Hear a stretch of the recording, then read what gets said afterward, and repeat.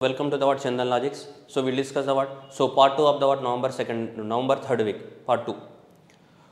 Right now the PM Modi attended the what Putin sir chaired the what 12th BRICS summit. So already man tells BRICS ante Brazil, Russia, India, China, South Africa 12th BRICS summit.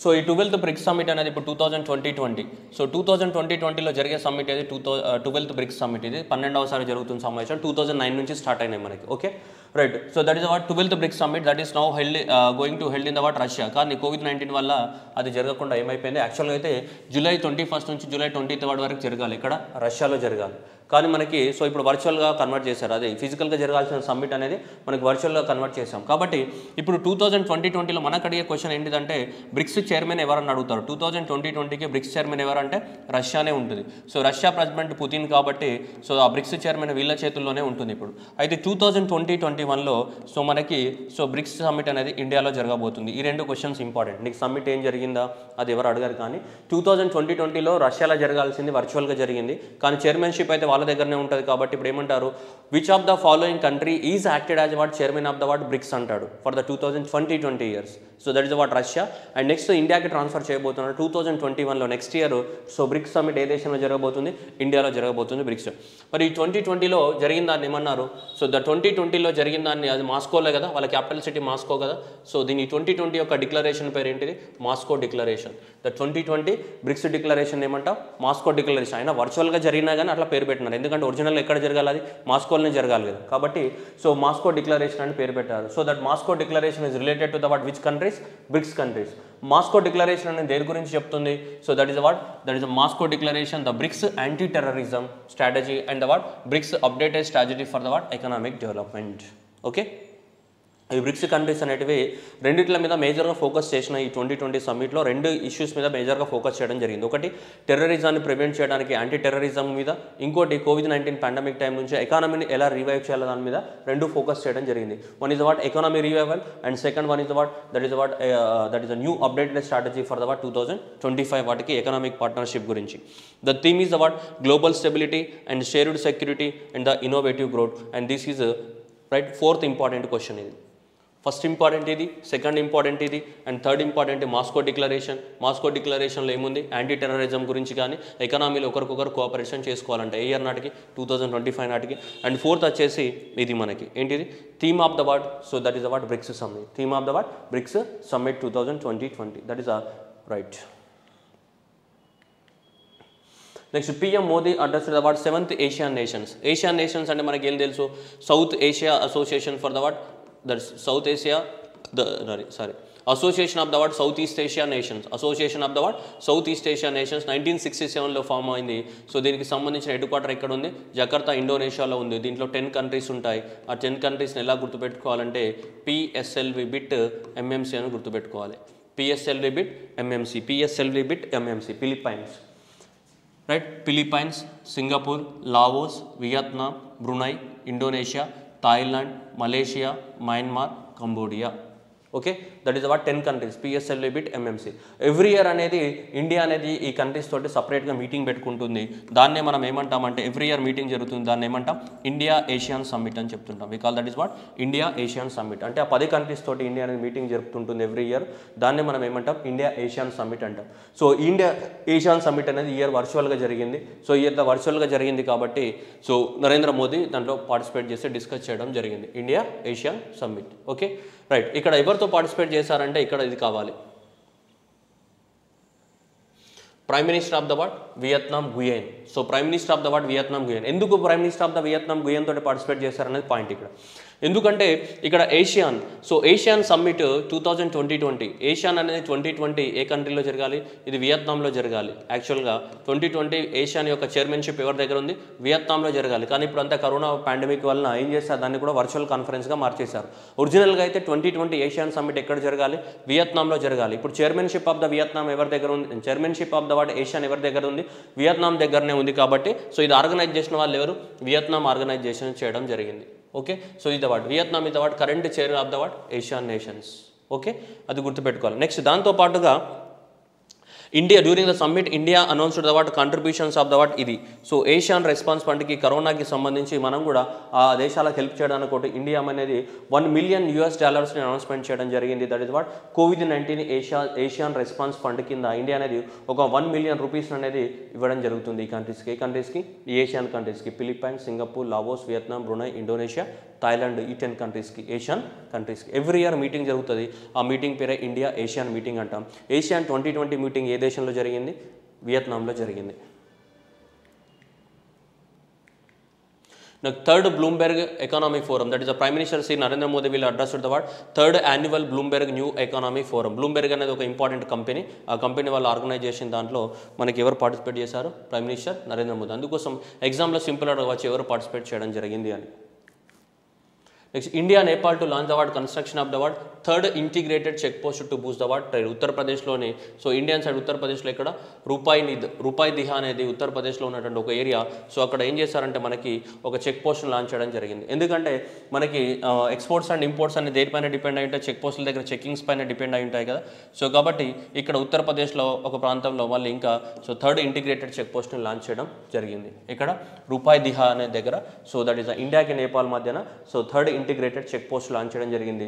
Aim to boost the what trade and the what connectivity between the what India and the what Nepal మధ్య. Okay, next G77 summit.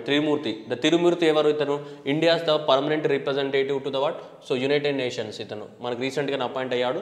So India's permanent representative to what యునైటెడ్ నేషన్స్కి సంబంధించిన united nations అనే ఆర్గనైజేషన్లో ప్రతి country యొక్క administration చూసుకోవడానికి ఒకరు ఉంటారు. అలాంటి వారిని ఏమంటాం? పర్మనెంట్ రిప్రజెంటేటివ్ అంటాం. ఇండియా నుంచి తిరుమూర్తి ఉన్నాడు. సో ఇతను ఏమయ్యా India at the what 44th annual what G77 సమ్మిట్లో ఇండియా తరపు నుంచి ఇతను పార్టిసిపేట్ చేయడం జరిగింది. ఎవరు? So that is the India Tirumurti. G77 అంటే అన్ని డెవలపింగ్ కంట్రీస్ ఉంటాయి. ఎక్కువ మొత్తంలో ఆఫ్రికా ప్లస్ ఏషియన్ కంట్రీస్ ఉంటాయి. అన్ని డెవలపింగ్ కంట్రీస్ని ఏమంటా? G77 కంట్రీస్ అంటాం. Next the world bank. Okay, what is that world bank? So that is what ఇక్కడ చూడండి, department of the what investment and public asset management DIPAM. Bank exam ఎవరైతే రాస్తారో వాళ్ళకి ఇట్లాంటి సో అబ్రివేషన్స్ కూడా అడుగుతారు. దీపం అనేది దేనికి సంబంధించిందని. ఇండియాలో ఇన్వెస్ట్మెంట్ ఎవరు పెట్టాలి అంటే ఆ ఇన్వెస్ట్మెంట్కి అప్రూవల్ ఇచ్చే ఒక ఆర్గనైజేషన్ అది. Okay, that is the DIPAM, that department of the investment and public asset management which handles the what government disinvestment programme and signed the agreement with the what world bank under which for the what Deepam for the what asset monetization. This was approved by the what Finance Minister Nirmala Sitharaman. Okay, ఏంటి దీని ముచ్చట ఏంటంటే అసలు ఈ దీపం అనేది ఏం చేస్తుంది అంటే డిస్ఇన్వెస్ట్మెంట్ కోసం గవర్నమెంట్ ఒక ఆర్గనైజేషన్, అది ministry of the finance and commerce కింద, ministry of the commerce and trade వాళ్ళ కింద ఉంటుంది. ఏది? సో దీపం అనేది డిస్ఇన్వెస్ట్మెంట్ అంటే ఏంటిదంటే డిస్ప్లస్ ఇన్వెస్ట్మెంట్ విడదీస్తారని. డిస్ప్లస్ వాట్ ఇన్వెస్ట్మెంట్ అని విడదీస్తారని అనుకోండి. ఏవైతే గవర్నమెంట్ కంపెనీస్ ఉన్నాయో వాటిలో ఉన్నటువంటి షేర్ నేమ్ రైట్ షేర్స్ ఇది ఎట్లా అక్కడ గవర్నమెంట్ కంపెనీస్ యొక్క షేర్స్ అంటే వాటిని ఏమంటాం మనం? పబ్లిక్ సెక్టర్ కంపెనీస్ అంటామా లేదు? సో ఏవైతే పబ్లిక్ సెక్టర్ కంపెనీస్ ఉన్న షేర్స్ అనేటివి అమ్మేస్తాయి. ఎవరికి అమ్మేస్తే? ప్రైవేట్ వాళ్ళకి అమ్మేయడాన్ని ఏమంటాం మనం? డిస్ఇన్వెస్ట్మెంట్ అంటాం. We call the process is known as what? Disinvestment. So disinvestment అంటే ఏంటిది? The process of privatisation or otherwise selling of the shares to the what private organizations by the what government. అంటే ఇప్పుడు Hindustan zinc limited ఉంది, లేదంటే Bharat heavy electricals limited ఉంది, HAL Hindustan aeronautics limited ఉంది, sale ఉంది, Gayle ఉంది. ఇవన్నీ పబ్లిక్ సెక్టర్ కంపెనీస్ కదా. ఆ పబ్లిక్ సెక్టర్ కంపెనీస్లో ఉన్నటువంటి షేర్స్ని కనుక ప్రైవేట్ వాళ్ళకి అమ్మేస్తే దాన్ని ఏమంటాం? డిస్ఇన్వెస్ట్మెంట్ ప్రాసెస్ అని చెప్తాం. ఆ డిస్ఇన్వెస్ట్మెంట్కి సంబంధించి మన హెల్ప్ చేయడానికి కోసం దీపం అనేది ఈ డిస్ఇన్వెస్ట్మెంట్ ప్రాసెస్ని ఇండియాలో ఎవరు చూసుకుంటారు? మనకి department of the investment and public asset management అనేది ఒక డిపార్ట్మెంట్ ఉంది. ఆ డిపార్ట్మెంటే చూసుకుంటుంది మనకి ఈ ప్రాసెస్ని అంతా కూడా. ఏ ప్రాసెస్ని? Disinvestment process. ఇండియాలో ఇప్పుడు డిస్ఇన్వెస్ట్మెంట్ ప్రాసెస్ని ఇంకా ఎక్కువ మొత్తంలో ప్రమోట్ చేయడానికి కోసం మనం ఎవరితోటి అగ్రిమెంట్ రాసుకోవడం జరిగింది? వరల్డ్ బ్యాంక్ తోటి అగ్రిమెంట్ రాసుకోవడం జరిగింది for advisory services on the what asset monetization. అసెట్ మానిటైజేషన్ అంటే ఏంటిది? షేర్స్ అమ్మడమే.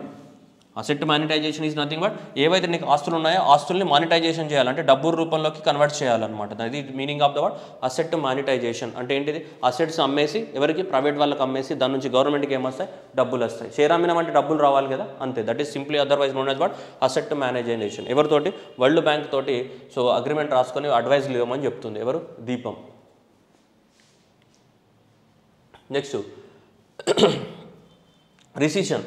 మనకి ఎక్కడైనా సరే జీడిపి అనేది సో ఎలా మనకి క్యాలిక్యులేట్ చేస్తూ ఉంటారంటే క్వార్టర్లీ వైజ్ క్యాలిక్యులేట్ చేస్తారు. Q1 quarter, Q2 quarter, Q3 quarter and Q4 quarter అని మనకి జీడిపిని క్యాలిక్యులేట్ చేస్తుంటారు. Q1 క్వార్టర్ ఏదైతే ఉందో ఈ Q1 క్వార్టర్ని మనకి ఎప్పటి నుంచి స్టార్ట్ అయితే మనకి జనరల్గా ఏప్రిల్, సో ఏప్రిల్ కానీ మే అండ్ వాట్ జూన్ జూలైని ఏమంటాం మనం Q1 క్వార్టర్ అంటాం. ఎందుకంటే మన ఫినాన్షియల్ ఇయర్ ఏప్రిల్ 1 నుంచి స్టార్ట్ అవుతుంది కదా. ఆ తర్వాత మనకి సో ఆగస్ట్ కానీ సెప్టెంబర్ కానీ అక్టోబర్ కానీ ఏంటిది November and again we have the what December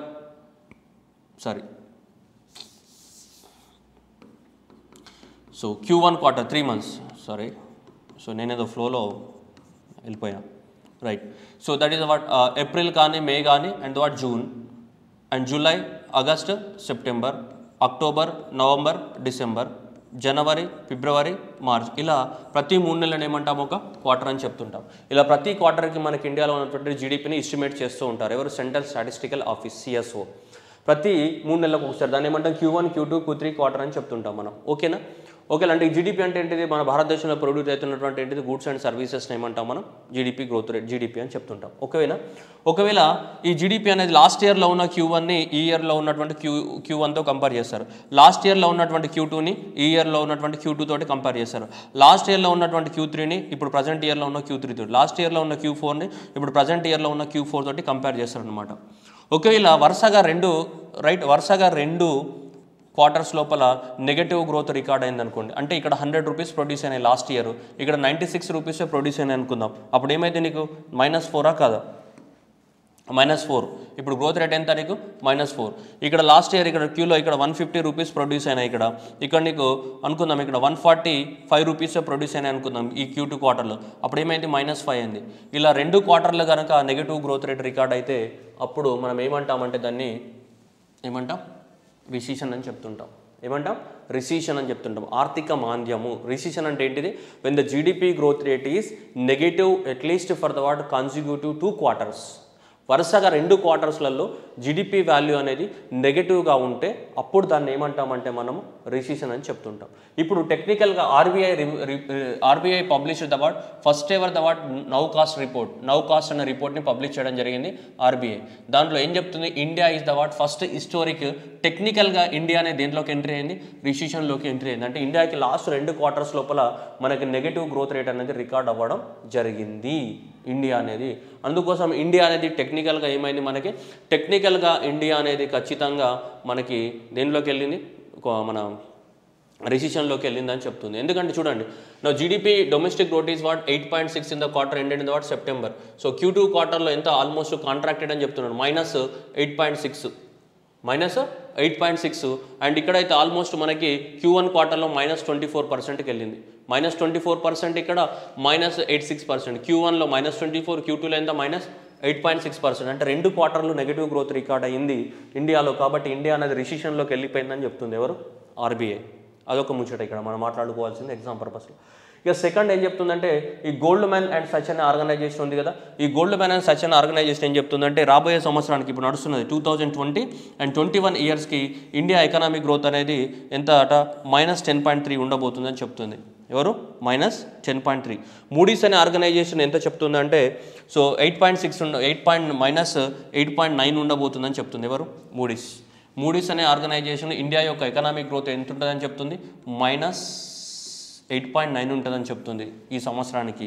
so వీళ్ళైతే ఎంత చెప్తున్నారు? -10.3 చెప్తుంది. ఎవరు? గోల్డ్మ్యాన్ సచ్ ఇంత చెప్తే మూడీస్ అనేది ఇంత చెప్తుంది. మరి గవర్నమెంట్ ఆఫ్ ఇండియా ఇంకెంత చెప్తుందని ఇంకా చెప్పలేదు. డిసెంబర్లో డిక్లేర్ చేస్తారంట. ఇప్పుడు చెప్పలేదు గవర్నమెంట్ ఆఫ్ ఇండియా ఎక్స్పెక్టేషన్స్ ఎలా ఉన్నాయనేది. ఆర్బీఐ కూడా ఏం చెప్పలేదు ఇప్పటివరకు ఇండియా ఎకనామిక్ గ్రోత్ రేట్ ఎంత ఉంటుందని. ఆర్బీఐ జస్ట్ Q1ది Q2ది మాత్రమే చెప్పారు. మరి Q3ది Q4 చెప్పేసి 4 యావరేజ్గా తీస్తే అప్పుడు ఏమంటాం? యాన్యువల్ ఎకనామిక్ గ్రోత్ రేట్ అని చెప్తాం. ఈ annual economic growth rate Moody's ప్రకారం అయితే ఎంత ఉంటుందట? 8.9. గోల్డ్మ్యాన్ సచ్ ప్రకారం ఇండియా ఎంత ఉండబోతుంది? -10.3 ఉండబోతుంది. ఇంకా ఆర్బీఐ ఎంత చెప్పలేదు, గవర్నమెంట్ ఆఫ్ ఇండియా ఇంకేం డిక్లేర్ చేయలేదు. ఓకే,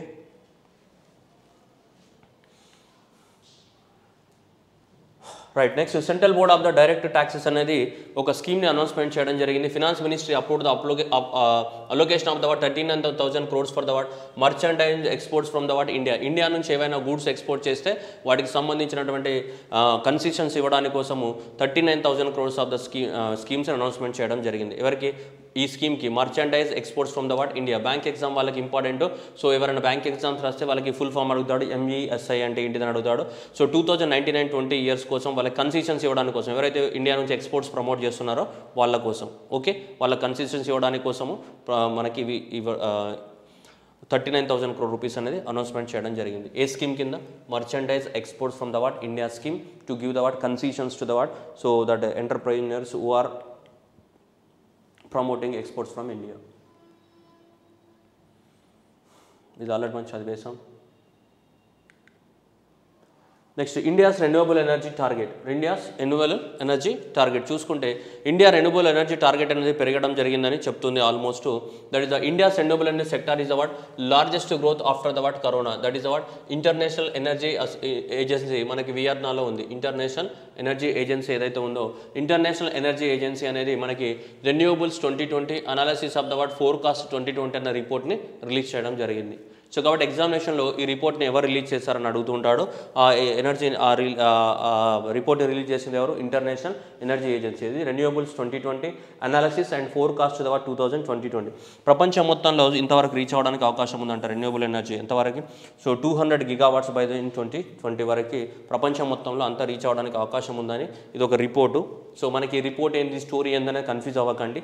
జస్ట్ ఈ రిపోర్ట్ అనేది ఎవరు రిలీజ్ చేస్తారని అనడానికి అవకాశం ఎక్కువ. Next ministry of the health campaign, sands campaigns to reduce our childhood pneumonia deaths. Pneumonia వల్ల ఎంతమంది చనిపోతున్నారు దానికి సంబంధించి సో ఒక క్యాంపెయిన్ లాంచ్ చేయడం జరిగింది. To reduce the so campaign to reduce the childhood pneumonia. So that is SAANS, that is social action and the awareness to neutralise the pneumonia successfully. Pneumonia డెత్స్ను తగ్గించడానికి కోసం ఈ క్యాంపెయిన్ లాంచ్ చేయడం జరిగింది. దేన్ని? SAAN సాన్స్ అనే క్యాంపెయిన్ని ministry of the health and family welfare వారు లాంచ్ చేయడం జరిగింది. A 3-month scheme to reduce the childhood pneumonia deaths. ఎక్కువ మొత్తంలో లంగ్స్ ఎఫెక్ట్ అవుతుంటాయి pneumonia, streptococcus pneumonia, right, bacteria వల్ల. Next, Andaman Nicobar administration signed the tripartite agreement with the USAF, BSNL for the operation and management of the So that is Chennai Andaman Nicobar Island submarine project. This project. అంటే cables వేస్తున్నారు ఇక్కడ చూడొచ్చు. ఈ చెన్నై ప్రాంతం నుంచి ఇక్కడ వరకు మనకి ఇంటర్నెట్కి సంబంధించిన కేబుల్స్ అనేవి వేస్తున్నారు. ఆ ప్రాజెక్ట్ పేరే. సో ఇది Chennai international cable project, Andaman Nicobar island, Chennai Andaman Nicobar island submarine cable. So internet connectivity పెంచడానికి కోసం ఈ అన్ని ఐలాండ్స్ కోసం ఈ కేబుల్ని సో ప్రమోట్ చేయడం జరుగుతుంది. ఎవరితోటి? Bharat Sanchar Nigam limited and universal service obligation fund అనే ఒక ఆర్గనైజేషన్ తోటి, భారత్ సంచార్ నిగమ్ లిమిటెడ్ తోటి, ప్లస్ చెన్నై గవర్నమెంట్, వీళ్ళందరూ కలిసి ట్రైపార్టైట్ అగ్రిమెంట్ అనేది దాదాపు 1200 crores ఆఫ్ ద వర్త్ తోటి మనకు చెన్నై నుంచి పోర్ట్ బ్లేర్కి కనెక్షన్ ఈ సబ్మెరైన్ కేబుల్స్ వేయడం జరుగుతుంది. Next the statue of piece, statues of unity కాదు, స్టాచ్యూ ఆఫ్ ద పీస్ అనేది మనకి రాజస్థాన్లో ఇనాగ్రేట్ చేయడం జరిగింది. ఆ స్టాచ్యూ ఆఫ్ పీస్ ఎవరిది అంటే దాని పేరేవది జైనా ఆచార్య శ్రీ విజయ్ వల్లభ్ సురీశ్వర్ జై మహారాజ్.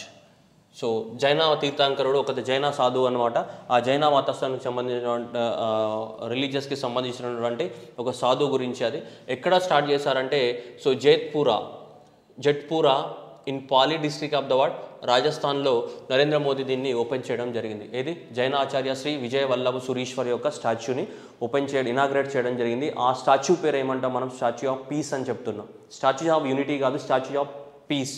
సో అది ఎవరికి సంబంధించింది అనేది అడుగుతాడు. ఇది అష్టధాతు 8 మినరల్స్ తోటి తయారు చేయడం జరిగిందంట. సో ఈ వల్లభాచార్యుడు ఎవరైతే ఉన్నారో, ఈ జైనా సంత్ ఎవరైతే ఉన్నారో, ఆయన 1870 నుంచి 1954 వరకు successfully to spreading of the message of the lord Mahavir గురించి అతను చెప్పినటువంటి ప్రీచింగ్స్ గురించి స్ప్రెడ్ చేయడం జరిగింది రాజస్థాన్లో. ఎక్కువ మొత్తంలో జైన మతస్థులు రాజస్థాన్లోనే ఉంటారు, రాజస్థాన్, గుజరాత్లో. సో కాబట్టి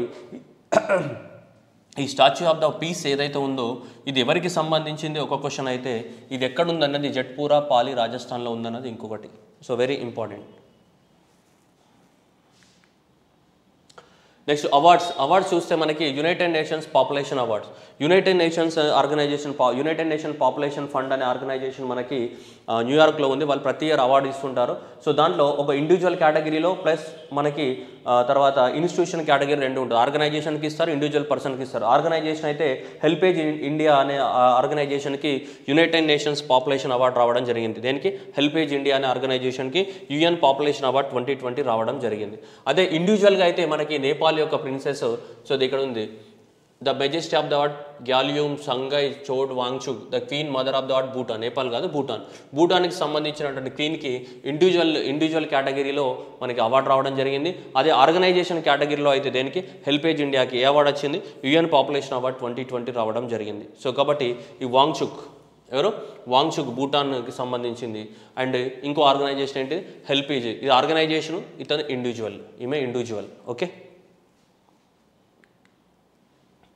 next Bangladeshi teen wins the what children's peace prize for the what anti cyber యాప్కి సంబంధించి సాదత్ రెహమాన్, ఎవరు? సాదత్ రెహమాన్ అనేది international child peace prize 2020 award అనేది Saadat Rahman from the what Bangladesh నుంచి రావడం జరిగింది. సో ఇతనికి ఇవ్వడం జరిగింది award. And this is going to the what very very very important question, చాలా ఇంపార్టెంట్ క్వశ్చన్ ఇది, right? So that is what for all involvement in the setting up of the what social organization and creating the what mobile application known as what cyber teens పిల్లల్ని cyber teens నుంచి కాపాడడం కోసం Bangladeshi teen wins the what children's peace prize for the what so anti cybering app కోసం. So కాబట్టి very important, that is the Saadat Rahman, name is what Saadat Rahman.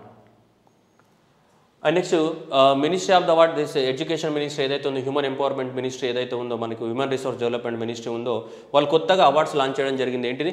Leelavathi awards అంట. కొత్తగా ఈ year నుంచి ఇస్తారు. ఏంటిది? లీలావతి అవార్డ్స్. దేంతో మనకి ఏఐసిటీస్ తోటి launch up, AICTE's Lilavati awards. Theme is the what women empowerment. ఈ ఇయర్ నుంచి ఇవ్వబోతున్నారు. సో ₹1,00,000 అండ్ ₹75,000 ఇస్తారు సర్టిఫికేట్. సో దేనికోసం అంటే ఇక ఇలా శానిటేషన్లో హైజీన్ కానీ హెల్త్ కానీ ట్రెడిషనల్ వాల్యూస్లో ప్రమోట్ చేసిన వాళ్ళ ద్వారా, రైట్. లీలావతి అవార్డ్స్ అంటే ఉమెన్ హెల్త్ కేటగిరీలో, సెల్ఫ్ డిఫెన్స్లో, శానిటేషన్లో, లిటరసీలో, ఉమెన్ ఎంటర్‌ప్రెన్యూర్‌షిప్లో, లీగల్ అవేర్నెస్లో ఎవరైతే ఉమెన్ ఎంపవర్మెంట్ కోసం పోరాడుతున్నారో వాళ్ళకి లీలావతి అవార్డ్స్ అనేది కొత్తగా ఇవ్వడం జరుగుతుంది. So these awards, Lilavati awards established by the what AICTE to promote the what women empowerment in India. Next DRDO successfully testified the what so quick reaction surface to air missile in the what Chandipur. ఇది QRSAM అని చెప్తాం కదా, QRSAM it the what surface to quick reaction surface to air missile. So ఇక్కడ test చేయడం జరిగింది. ఎందుకంటే ఇక్కడ నుంచి ఎవరైనా మన మీద ఏరియల్ అటాక్ చేస్తున్నారు అనుకోండి, మన మీద ఎవరైనా ఏరియల్ అటాక్ చేసినప్పుడు ఇది కూడా వాళ్ళని కౌంటర్ చేస్తుంది అనమాట. ఇక్కడ నుంచి దాదాపు 25 నుంచి 30 కిలోమీటర్స్ రేంజ్లో మన మీద ఎవరైనా కౌంటర్ అటాక్ చేసినప్పుడు మనం కూడా ఇక్కడ నుంచి కౌంటర్ అటాక్ చేయడానికి కోసం దీన్ని టెస్ట్ చేయడం జరిగిందనమాట. So the QRSAM will be inducted in to the Indian army by the what 2021లోకి భారత్ ఎలక్ట్రానిక్స్ లిమిటెడ్. సో వాళ్ళు తయారు చేయడం జరిగింది దీన్ని. Okay.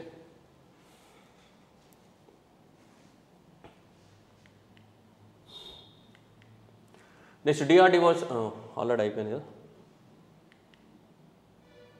Next Indian navy receives the what so 9th P-85 the surveillance plane from the what United States of America that is reached at the what Hansa air base in the what Goa naval base. Hansa అనేది గోవాలో ఉన్నటువంటి ఒకటి naval బేస్కి ఇక్కడ విమానంని తీసుకురావడం జరిగింది. ఏది? P-8I surveillance plane అని చెప్తాం. P-8I ఆల్రెడీ మనకి ఇంతకుముందు 8 కొన్నాం ఆల్రెడీ. ఎవరి నుంచి?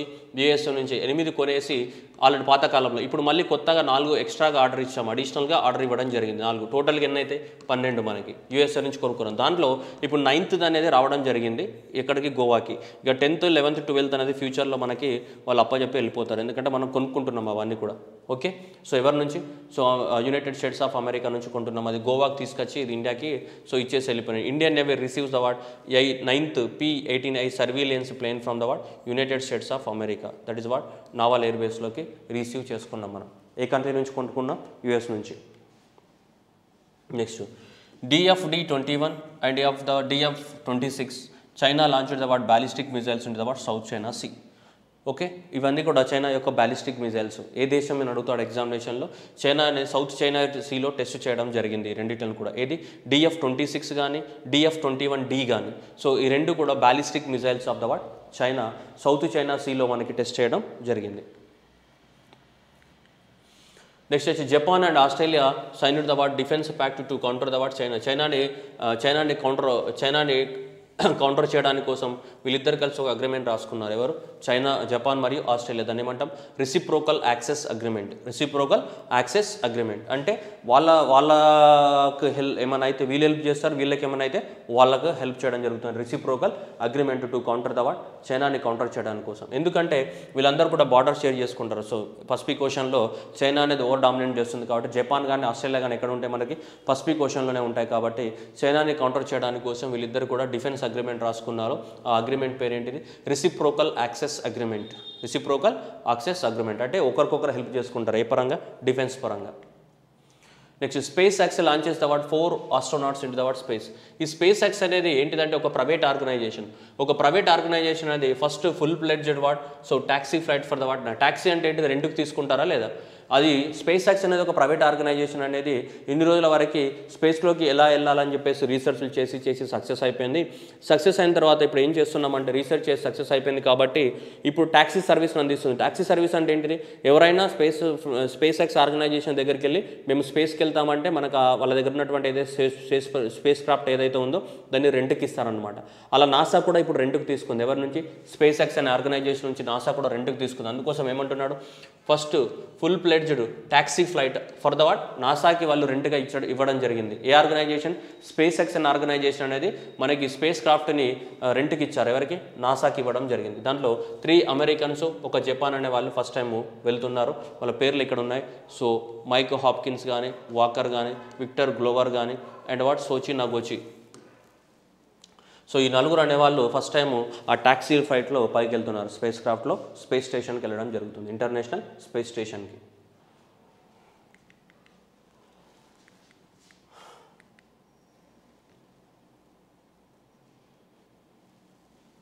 UN reports cites the word effort in the word Indian government to contain the word so coronavirus pandemic. So Bhuvan portal ఇక్కడ నుంచి చూడండి. సో ఇస్రో తయారు చేసినటువంటి భువన్ పోర్టల్ ఏదైతే ఉందో ఇస్రో తయారు చేసినటువంటి భువన్ పోర్టల్ ఏంటిది? The national geo portal developed hosted by the what ISRO contain the spatial data and services and the tools analysis for the what combating the what COVID-19. ఈ భువన్ పోర్టల్ అయితే ఏదైతే ఇస్రో డెవలప్ చేశారో అది మన ఇండియా యొక్క అంటే మన ఏమంటే నావిగేషన్ సిస్టమ్ అనమాట. సింపుల్గా చెప్పాలంటే జాగ్రఫికల్ పొజిషనింగ్ సిస్టమ్ లాంటిది. సో ఆ జాగ్రఫికల్ పొజిషన్ సిస్టమ్ ద్వారా COVID-19ని ఈజీగా ఐడెంటిఫై చేయడానికి అవకాశం ఉందని చెప్పేసి ఇది one of the best project అని చెప్పేసి రికగ్నైజేషన్ చేయడం జరిగింది. ఎవరు? United Nations reports that so ISRO efforts to assisting the what Indian government to contain the what corona virus పాండమిక్ని సో కంట్రోల్ చేయడానికి ఇస్రో అనేది చాలా హెల్ప్ చేసింది. ఈ ప్రాజెక్టు మంచి ప్రాజెక్ట్ అని కితాబ్ ఇవ్వడం జరిగింది. ఎవరు? భువన్ ప్రాజెక్ట్ గురించి United States. Next Larsen and టర్బో delivers the what India's first launch hardware for the what Gaganyaan. Gaganyaan అంటే ఏంటిది? ఇండియా అనేది స్పేస్లోకి మనుషుల్ని పంపించాలి కదా, that human right. So that స్పేస్లోకి ఇండియా అనేది మనుషుల్ని పంపించాలి కదా. సో హ్యూమన్ స్పేస్ మిషన్ మనది. స్పేస్లోకి ఇండియాలోకి మనుషుల్ని పంపించే మిషన్ పేరేంటిది? Gaganyaan right. India's human space mission పేరేంటిది? గగన్యాన్. బై ద 2022 నాటికైనా స్పేస్లోకి ఇండియన్స్ని పంపించాలన్న ప్రాజెక్ట్ పేరేంటిది?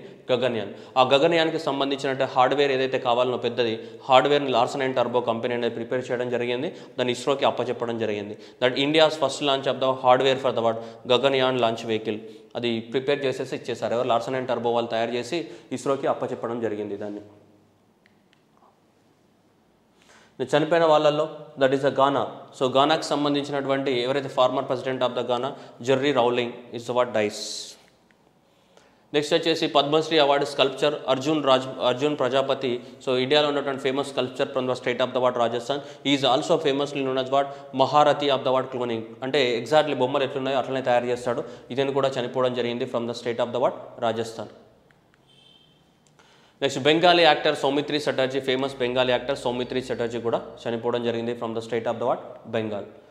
నెక్స్ట్ వచ్చేసి మనకి జపాన్ నుంచి నోబెల్ ప్రైజ్ గెలిచిన అతను ఎవరు? మసతోషి కొషిబా అనే వాళ్ళు అతను చనిపోవడం జరిగింది. ఇతను ఎగ్జిస్టెన్స్ ఆఫ్ ద వాట్ న్యూట్రినోని ఎగ్జిస్టెన్స్ అయినాయని చెప్పేసి కనుక్కోవడం జరిగింది. సో 2002 సంవత్సరంలో ఇతనికి నోబెల్ ప్రైజ్ రావడం జరిగింది for the what confirmation of the what existence of the what neutrinos. చనిపోవడం జరిగింది అతను కూడా. So that senior Rajasthan minister Bhanwarlal Meghwal కూడా చనిపోవడం జరిగింది, Rajasthan minister. And also Indian navy vice admiral of the what Indian navy retired vice admiral John Thomas కూడా so ఇండియాలో చనిపోవడం జరిగింది. నెక్స్ట్ వచ్చేసి former governor of the what Goa, that BJP పార్టీకి సంబంధించిన former governor of the Goa ఎవరు? Mridula Sinha. Mridula Sinha, that is what former governor of the Goa, also what died. Next important days. So November 13th is celebrated as what Ayurveda day. So November 13th ఈ first time ఎప్పుడు celebrate చేసాం? 28th November 18th celebrated as what Ayurveda day. So అది మనకి date మారుతూ ఉంటుంది. ఎవరికి ఎందుకు date మారుతుంది అంటే ధన్వంతరి ఉన్నాడు కదా, సో ఆ ధన్వంతరి జయంతి ఎప్పుడైతే వస్తుందో అప్పుడే మనం ఆయుర్వేదాన్ని సెలబ్రేట్ చేసుకుంటూ ఉంటాం. సో November 13th ఇయర్ అయితే 2020 celebrated as what Ayurveda day, that Ayurveda for the what COVID-19. So theme is what Ayurveda for the what COVID-19. Okay. Next world diabetes day. So every year November 14th world diabetes డేగా celebrate చేసుకుంటాం. Theme is the what the nurse and the what diabetes. The nurse and the what diabetes. November 14th రోజే మనం ఏమిటి world diabetes డేగా celebrate చేసుకుంటాం. 14th November this year the theme of the what so the nurse and the what diabetes. Next world day for the remembrance of the road traffic victims. November 15th. November 15th ఈ celebrate remembrance for the what road traffic victims. Road పైన చనిపోయే వాళ్ళకి సంబంధించిన victims, the first responders. Okay, the theme of this year is the what the first responders is the what theme of the what. So the international world day for the what remembrance of the what road traffic victims. International day for the what tolerance. November 16th will be celebrated as what every year international day of the what tolerance. Next National Press Day. November 16th will be celebrated as what National Press Day in India. National Press Day November 16th due to the what constitution of the what establishment of the what Press Council of India అనేది establishment చేయడం జరిగింది 1966లో. ఏ రోజు? November 16th రోజు. So కాబట్టి అప్పటి నుంచి ఇండియాలో November 16th ఏమంటున్నాం? నేషనల్ ప్రెస్ డేగా సెలబ్రేట్ చేసుకుంటున్నాం. And national epilepsy day November 17th is celebrated as national epilepsy day. Fits అంటాం కదా, ఫిట్స్ అంటే epilepsy. Next international students day November 17th. So international students డేగా సెలబ్రేట్ చేసుకుంటున్నాం దీన్ని నవంబర్స్ని. ఇంటర్నేషనల్ స్టూడెంట్స్ డేగా సెలబ్రేట్ చేస్తున్నాం నవంబర్ని. రైట్. ఎప్పుడు అప్పట్లో జర్మనీ వాళ్ళు నాజీస్ హిట్లర్ ఉన్నప్పుడు 1200 మంది స్టూడెంట్స్ని చంపేయడం జరిగింది 1939లో November 17th రోజు యుగోస్లోవియాలో. అందుకోసం దీన్ని ఇంటర్నేషనల్ డేగా డిక్లేర్ చేయడం జరిగింది. నెక్స్ట్ ఏంటిది? Naturopathy. November 28th is November 18th is celebrated as what? So that is what Naturopathy Day. The theme is what? So nurturing vitally through the what naturopathy. Naturopathy Day.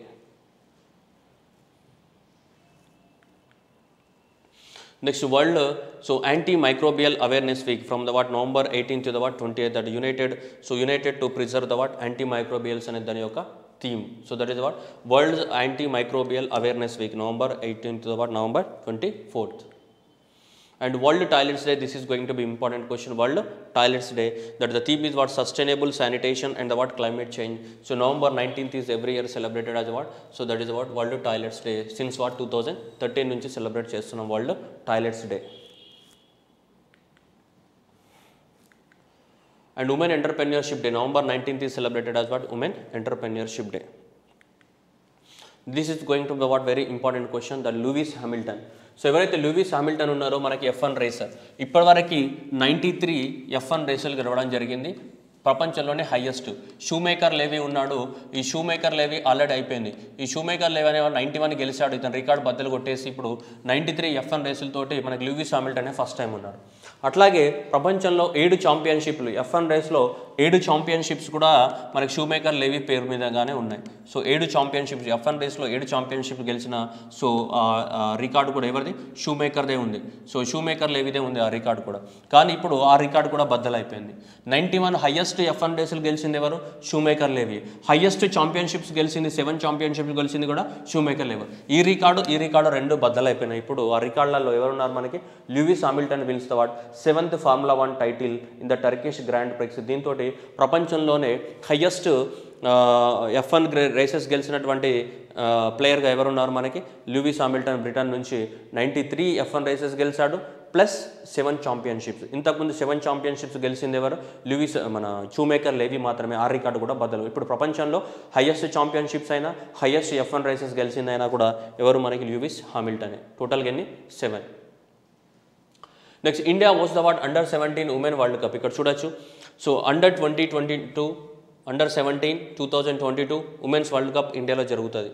Next 22 FIFA అండర్-20 so women world cup అనేది ఎక్కడ కోస్టారికాలో జరుగుతుంది. So మామూలుగా 2020 FIFA world cup అనేది ఎక్కడ జరగాలి, మనకి ఖతార్లో జరుగుతుంది. ఉమెన్కి సంబంధించిన ఫిఫా అప్రూవల్స్ అనేది ఖతార్కి సంబంధించి. ఓకే,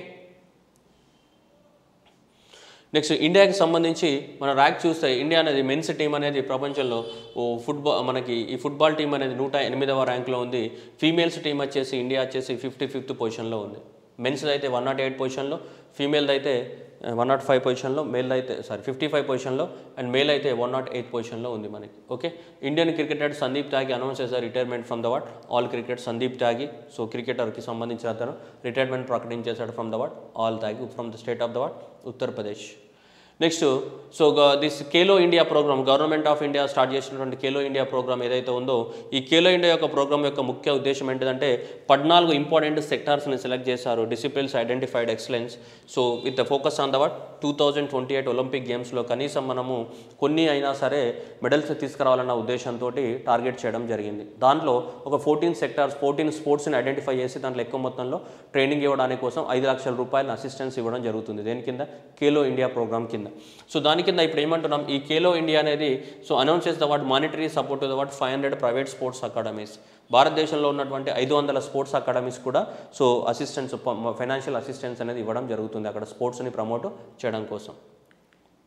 నెక్స్ట్ రోహిత్ శర్మ ఈ science as what brand ambassador of the what financier peer. So finance peer అనే ఒక ఎన్జిఓ కాదు, నాన్ బ్యాంకింగ్ ఫినాన్షియల్ కంపెనీకి సంబంధించి సో దీనికి బ్రాండ్ అంబాసిడర్గా సైన్ చేయడం జరిగింది. ఫినాన్స్ పీర్ ఇది ఎడ్యుకేషన్ లోన్స్ ఇస్తూ ఉంటుంది ఫినాన్స్ పీర్ అనేది. ఓకే, ఇవి నవంబర్ 3rd వీక్లో ఉన్నటువంటి కరెంట్ అఫైర్స్. ఓకే, లెంత్ ఎక్కువ ఉన్నా కానీ చూడాలి, ఎందుకంటే మరి వన్ వీక్ యొక్క కరెంట్ అఫైర్స్ మొత్తం కవర్ చేయాలి అంటే మరి 20 నిమిషాల్లో 30 నిమిషాలు చెప్తే అవి కావు.